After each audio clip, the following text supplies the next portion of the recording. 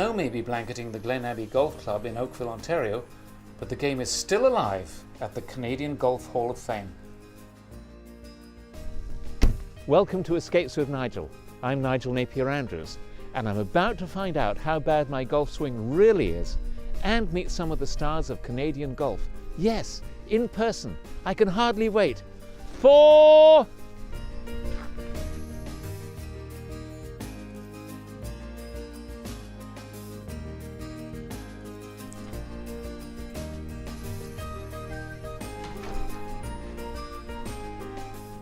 Hello, Megan. Hi, Nigel. Welcome to the Canadian Golf Hall of Fame and Museum. Thank you. And, well, here we are. Tell us all about it. Well, we are in the Hall of Fame room right now where we celebrate our homegrown heroes. There's a lot of honored members in this room, 72 to be exact. And then we have our museum inside where there's a lot of interactives. We have a putting green, we have a driving cage, and I'd love to show you around. Our 18 holes of golf are our museum exhibits, and let's start off at hole number 1. Excellent. Let's do it. Great. Truth be told, I've never even swung a club. Not once in my life. I have a lot to learn. So, Megan, here we are, and I can see from this wonderful display that we've got a lot of golf balls here and the history of golf balls. So tell me all about this. Well, the history of the equipment starts with the feathery golf ball. A feathery golf ball is a golf ball that's made with leather and feathers, and I actually have one here. And as you can see, this is a damaged ball, but there is some feathers coming out of it, and you can see that the leather on the outside. Now, leather is not white, so this is actually painted to make it so that you could see it on the fairways and the greens. And if you'd like to have a look at that, I'll also explain how a feathery ball is made. You would have 3 pieces of leather and roughly an equivalent of a top hat full of feathers, and those would be boiled down. Just squished into here. And then you would just stuff them into the leather casing and stitch it all together, paint it white. Well, it wouldn't have been easy to stuff a whole top hat full of feathers into a little tiny thing like this. I can't imagine how many you made a day. A feathery ball maker would only make 2 or 3 of these a day. And because of its fine craftsmanship, you would only be able to play with it for a limited amount of time, because once they got wet or you hit them too hard, you could break the leather and feathers would come out of it. So what happened next? We'll put this one away then, since this is no longer used. So this was actually played for the longest amount of time. However, this great new material called gutta perca was discovered, and it's a tree sap from Malaysia. This material is rubber, but very hard, so it has this great consistency to make a golf ball. Gutty is actually brown, however, and when it is formed, after it's formed to make a golf ball, you would actually paint it white so that you could see it on the greens. The neat thing about gutty as well is that it's moldable. So when there was any damage to your golf ball, you could just reshape it to a perfect sphere. Now, here is the trick about the gutty. As you can see from the feathery ball, there are no dimples. And this first version of the gutty ball, there is no dimples on it either. But golfers noticed that when they started to play with the gutty ball, they would nick and scratch at the ball, and when they did that, their balls flew further and faster. And that is how we came up with the idea of the importance of dimples. So they started to actually create these balls with dimples, and that is why we have such a variety of dimples even to this day. Over here we've got a little device that shows the difference between a ball with and without a dimple, and how that was developed and how it sort of helps the ball go further. Yes, I would love for you to press the button to show exactly play with something. How a dimple works. Okay, so we'll push the button and see what happens. Wow, look at that. The dimple ball goes further.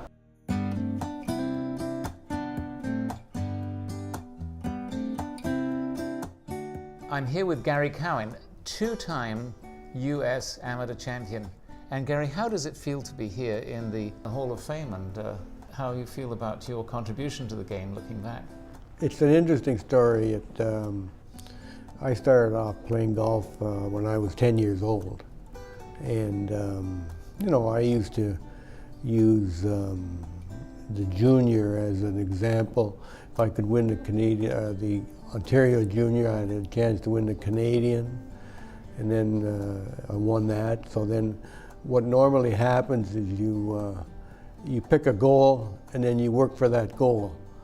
I can remember Sandy Somerville saying to me, nobody plays in the U.S. Amateur, that's why they don't win it anymore. So I said, no, Sandy was the one who won it the first time and the only time. So I said, well, to myself, I think maybe it's time that I see if I can do it. So then I went and qualified for it in '66, and then I won it in '66. So that was really pretty special, and so I won it again then in '71. So. Gary, having had those two terrific wins, how come you never turned professional? If you take today, I'd have been pro in a minute, but there wasn't that much money, and I didn't spend a lot of time in school, so I wanted to see if I could make a living some other place in business. I could be with my family. I had a young family growing up then, so I decided that that was the route to take rather than living out of a suitcase, going from hotel to hotel and tournament to tournament. So I just thought, I think I'd rather do it that way. But you had a good life and you've been playing golf all that time. Absolutely. Gary, let's look back now at the Masters and tell me how you felt the first time you played. It was quite an experience. You know, the Masters in '61 is a lot different than it is in 2001. It was a wonderful tournament. I enjoyed it, but I wanted to get back because, you know, I mean, I hadn't played very much, and I said to myself, I'd like to get back and play it when I've been playing for a little while. So then I played it again in '64, and that's when I finished low amateur. So it's, but it's the best tournament in the world. I mean, everything they do at Augusta is just top notch. So here we are at the Canadian Golf Hall of Fame. Tell me how you feel when you go walking through it. Oh, I love it. I walk through here all the time. Whenever I come down here for the Canadian Open, I always walk through here and just see what's changed, see the things that have been improved. And Karen and Megan do a wonderful job keeping it nice and tidy. Gary, thank you so much for joining us today. I enjoyed that. Thank you. Thank you. So Megan, what is this interesting little tool? This is a sand tee mold. Before there were the wooden tees that we use today, people had to make their own tees. So we have this is a plunger style tee mold, and you can see there's a plunger on the top here. And then we have a bucket of sand and water here. And what we're going to do is build a sand tee mold. Have you ever built a sandcastle at the beach? Lots of times. I consider myself an expert sandcastle builder. Well, then I think you might be an expert at this because it is that simple.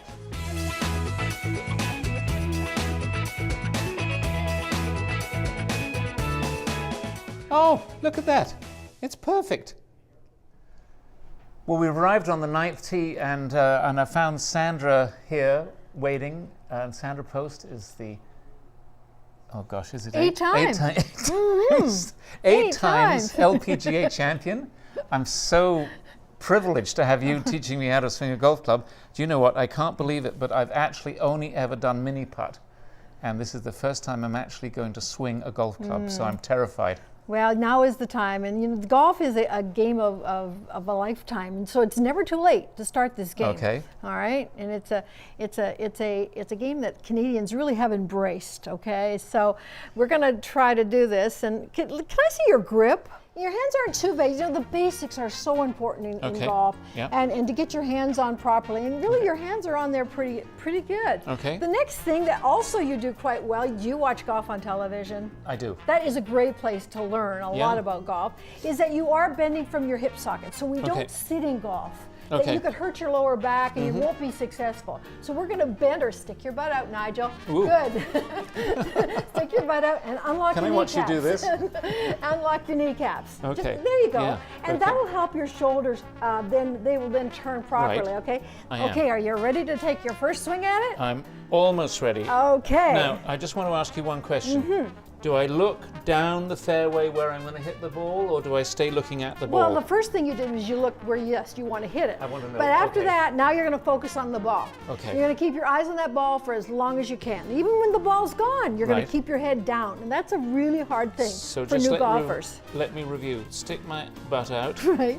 slightly bend my knees. Yes. Keep this left arm straight. Nice. Hands on the thing. Yes. And I'm going to swing back now. How And- far back do I Well, go? just where you're comfortable, and you're not going to try to kill it or try to lift it. Let the Right, so club we're just do going the to try work. to make contact. That's right. Good, okay, here goes. Oh my God, Oh, good actually shot. hit it. Yeah, good shot. Well, compliments to you for that Thank brilliant you, instruction. Thank you. No, you followed the instruction. We've got all sorts of teaching aids here. Do you There use are. these things? I really don't, but there are a lot today. Yeah. And it's a big business for Yeah, sure. yeah. And I'm going to So- show you. I'll show you one that's Okay. this might really help you a little bit in Yeah. that this is sort of with wind. It's used to develop the golf swing.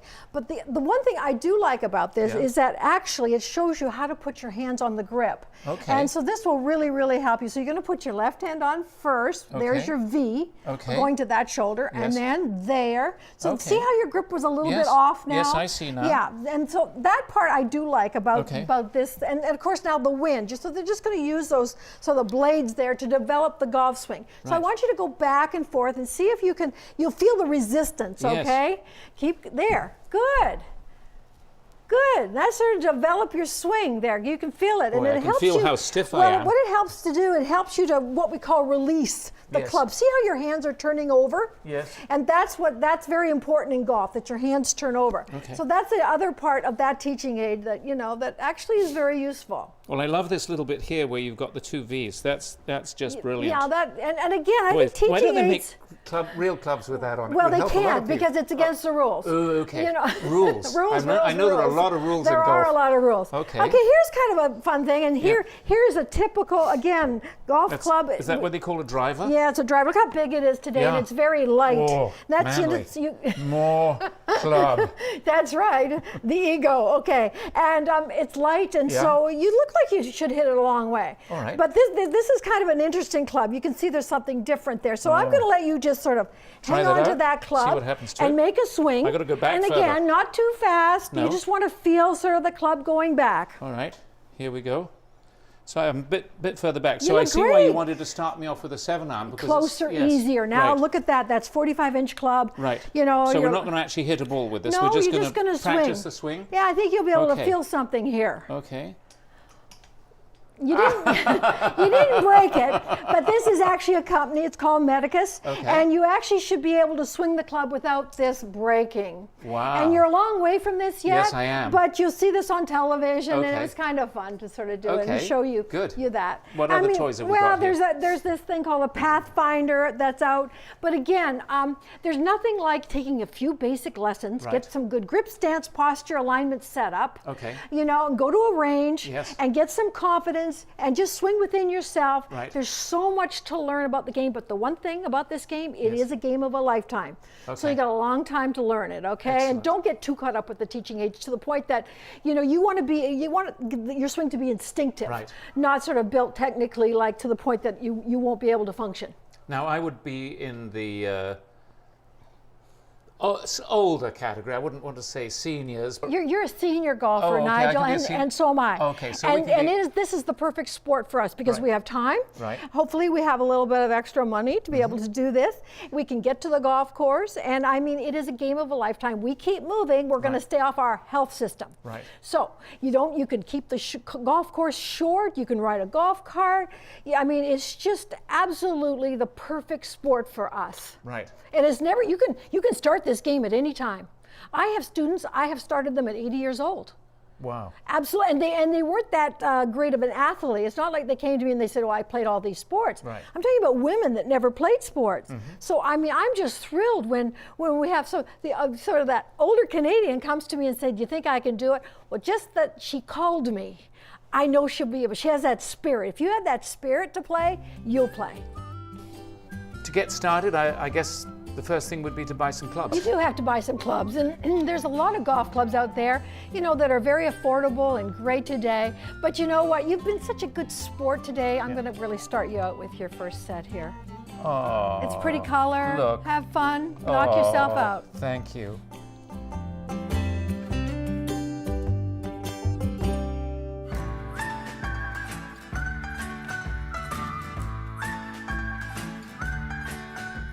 Next, we're off to meet an old friend of mine who helped organise Canada's first leash-free dog park. And I believe she's bringing Tally and Tiggy and lots more doggies for walkies.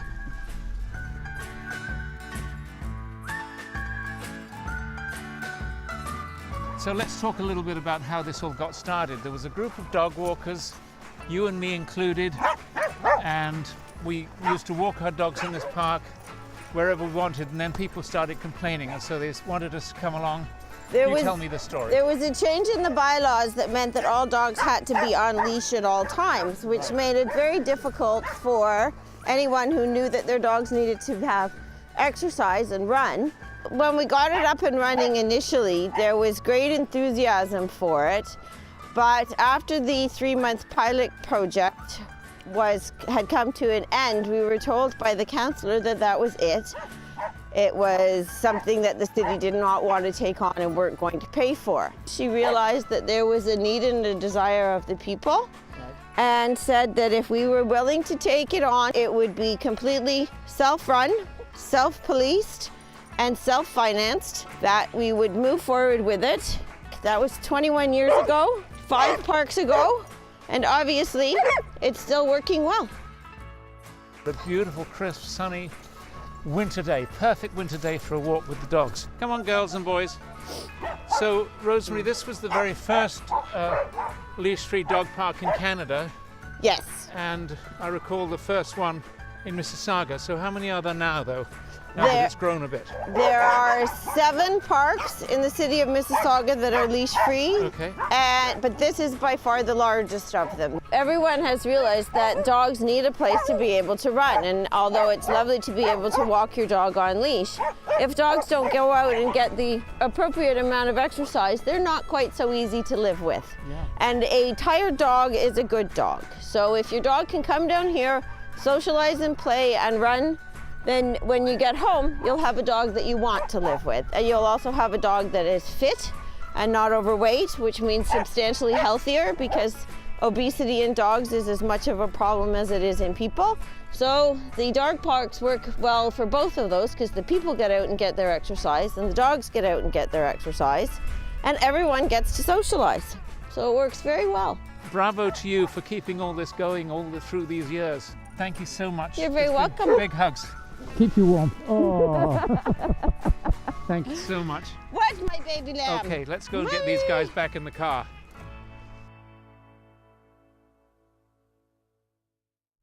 Well, we've had some really good fun today, from a walk on the fairways to a walk in the park. For more information, please check out their websites, and don't forget to visit my website for all sorts of extras about the show. We'll see you next time on Escapes with Nigel.